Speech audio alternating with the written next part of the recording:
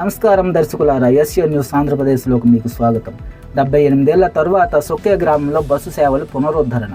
కర్ణాటకలోని సొక్కే గ్రామంలో 78 ఏళ్ల తరువాత బస్సు సేవలు మళ్లీ ప్రారంభం కావడం చారిత్రాత్మక ఘట్టంగా మారింది. ఈ సేవ పునరుద్ధరణకు నటుడు ఉపేంద్ర ప్రజాకీయ సిద్ధాంతాల నుంచి ప్రారంభం పొందిన గ్రామ పంచాయతీ సభ్యుడు నవీన్ నిరంతర కృషి కారణమైంది.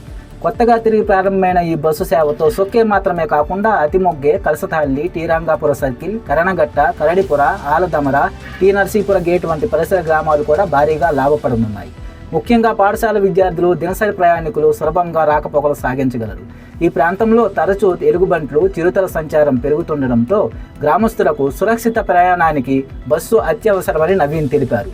దశాబ్దాలుగా ఎదురు చూస్తున్న ఈ డిమాండ్ నెరవేరడంతో గ్రామాల్లో అపార ఆనందం వ్యక్తమవుతోంది.